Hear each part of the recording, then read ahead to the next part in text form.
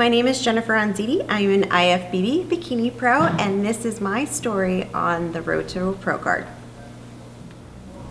So I first got into fitness when I was 29.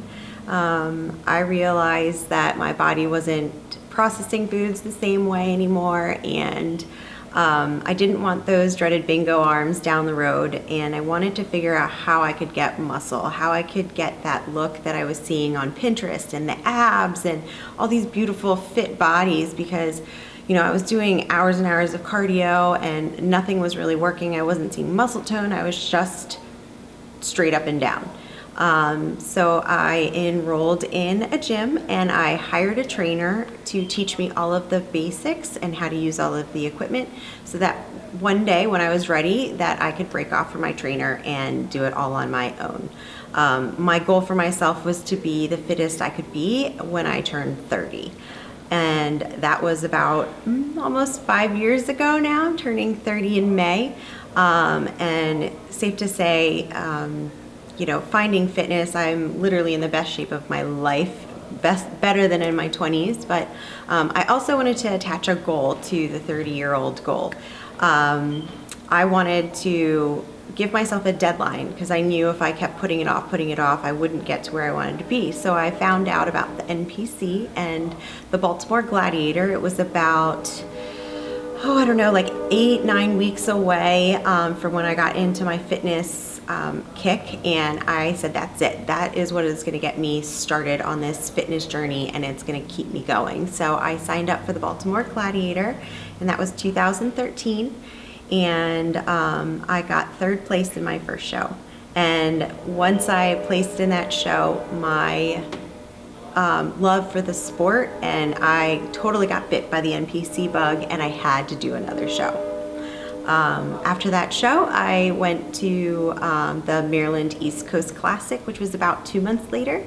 And that show, I got first in the Maryland, I got first in East Coast, and I also got overall in the East Coast show. So after that, I was on cloud 9. I did Team U about 2 weeks later in July. I got second or third call outs. I don't remember. I think it was second call outs, and I got 9th. I think it was actually third call out, sorry. And I think I got 11th place at Team U. From there, I decided to take a mini off season, and I decided to go to nationals in Miami. I wanted an excuse to go to Miami, but I also wanted to go to a really big show to kind of see where I stacked up against all the other girls. Out of 50 or so girls in my class, I got second call outs at the largest show of the year, and I got 9th place. So that was definitely the fire under my butt to do even better my next competitive season. So that next year, 2014, I trained as hard as I could, and I went to junior nationals in North Carolina. That's Junior USA. Oh, Junior USA, sorry. Yeah, that's all right. I went to Junior USA. Sorry, I got nervous with the camera, but I went to Junior USA's in North Carolina and South Carolina. South Carolina. I can't win. But I went to the Carolinas, did one of the USA's, and I got top 5. I got 5th place, and I knew at that point I was so close. I said, one more show this year. I know I have it in me. I know I can get my pro card. And I decided to go back to nationals again in Miami. Again, I changed my training. I started having my fiance coach me. I dropped all my coaches and I had him coach me through everything, diet, training, and it's safe to say that it worked. I went in, I was class C, and I got first in bikini class C, and that's when I got my pro card. So, lesson is just never give up. Know that you are totally there. You can do it. It's just how much work you want to put in, and use your resources. Know when to ask for help. Know when to get feedback from the judges and things like that. I definitely utilized that. I went to posing seminars after posing seminars. I always did something to help perfect my craft, so that every show I came back better. And that's what the judges want to see. They want to see you come back better. They want to see you transform and come into a better competitor. So I think that, that definitely helped me along the way and helped me get my pro card. So after I got my pro card, and that was November of 2014, even though, there was times where I wanted to jump right in and do a pro debut, I knew that life didn't stop for competing. So I had to focus on me and my career outside of competing, as well as my relationships, my family, and financially I know that competing is really expensive. So I wanted to be able to go into my first pro year totally ready,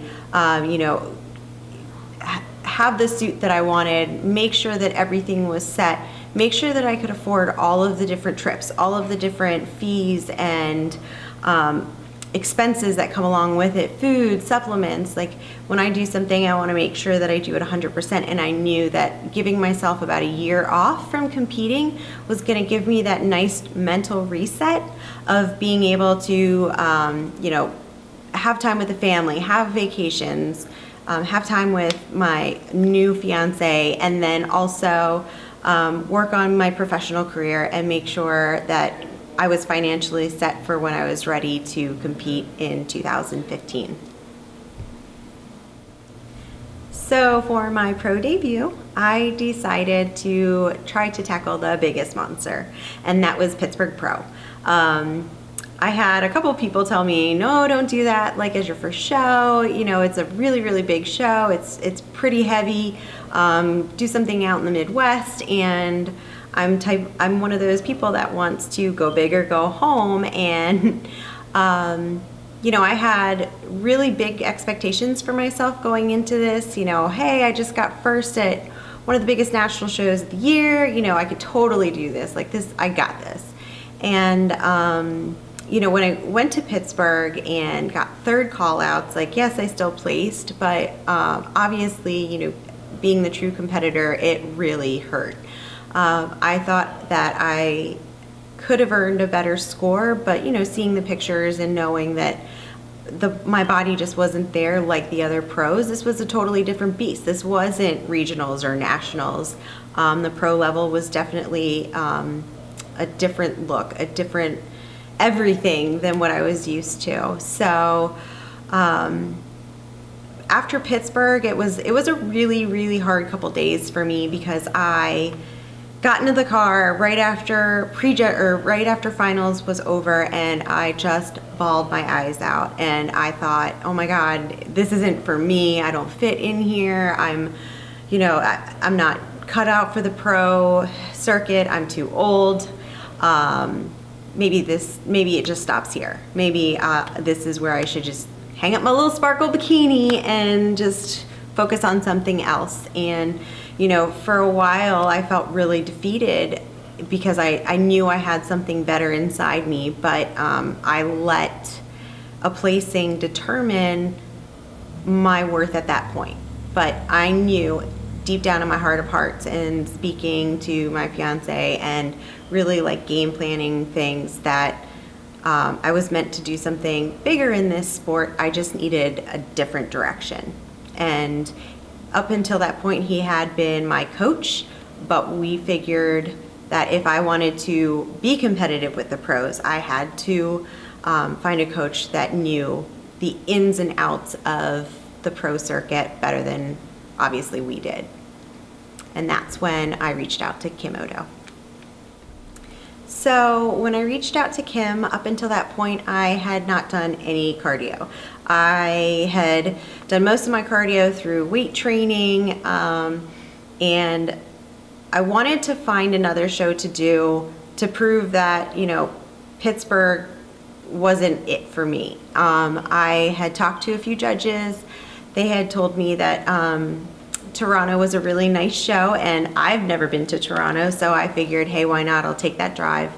And I went up to Toronto with a friend and ended up winning Toronto Pro, which was such a high coming from Pittsburgh Pro, where I got third call outs and felt I was getting ready to quit. And then I went to Toronto and I literally took the show and qualified for the Olympia in my second pro show. So, working with Kim, it was a little bit different because I had cardio, but really it wasn't a lot of cardio. It was just maybe 20 minutes here and there, but the diet was just a little bit different. He just balanced out my intake of protein, fats, and carbs so that they were a little bit more balanced. And